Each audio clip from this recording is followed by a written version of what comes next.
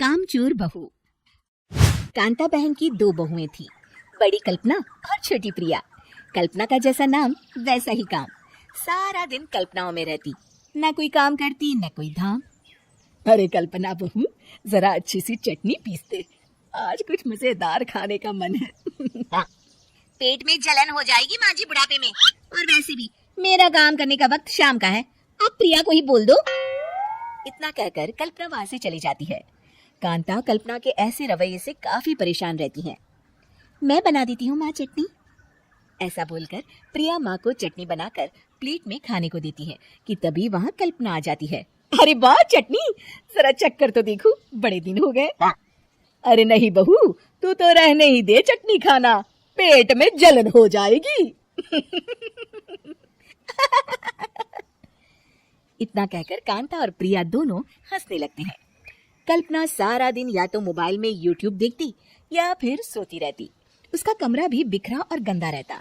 एक दिन कल्पना का पति अशोक उससे कहता है, अरे कल्पना, जानवर भी उस जगह को साफ कर लेता है जहाँ वो बैठता है, तुम तो इंसान हो, कैसे इतने गंदे कमरे में रह लेती हो? देखो सारा सामान यहाँ वहाँ बिखरा पड़ा है।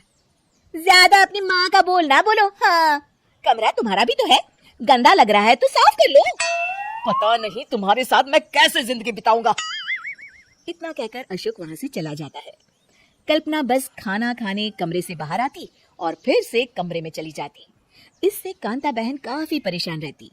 एक दिन प्रिया कांता से कहती है, माँ, मैं सारा दिन काम करके थक जाती हूँ, आप कल्पना दीदी से कहिए ना कि सुबह और शाम का काम बांट ले, मैं तो अब सिर्फ एक वक्त का ही काम करूंगी। हाँ।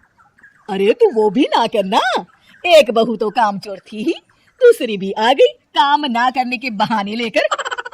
तभी वहाँ प्रिया का पति रमेश आ जाता है। माँ, मैं देख रहा हूँ भाभी कोई काम नहीं करती, प्रिया सारा दिन घर और रसोई का काम करती है, अब कुछ करो ना माँ। कांता मन में कुछ सोचती है और कल्पना के पास जाती है। कल्पना फोन पर मेकअप करना देख रही होती है।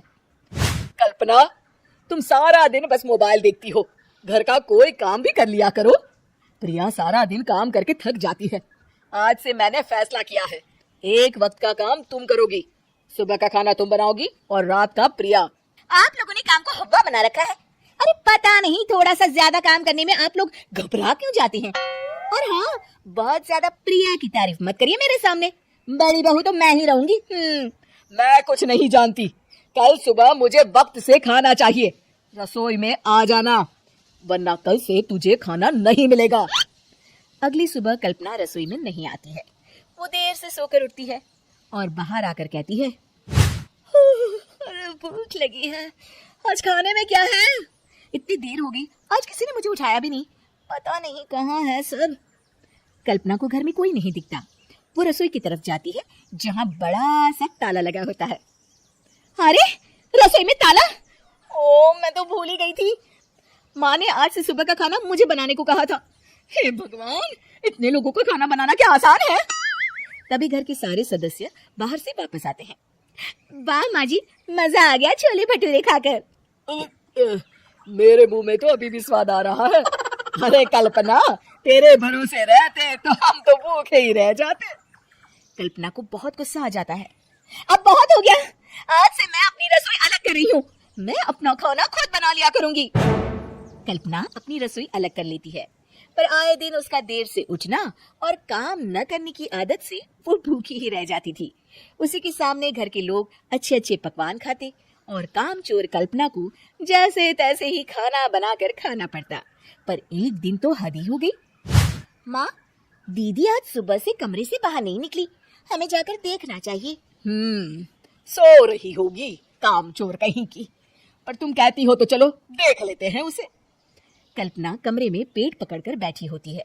हाय मेरा दर्द, पेट दर्द के मारे मर रही हूँ मैं।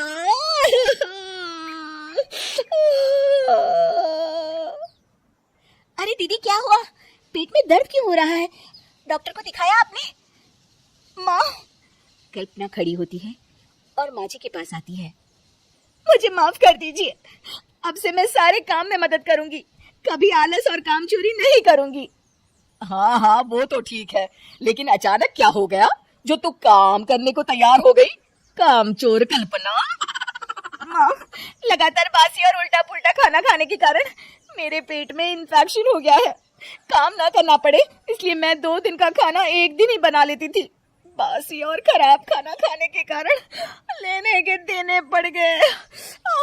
पेट में दर्द हो रहा है।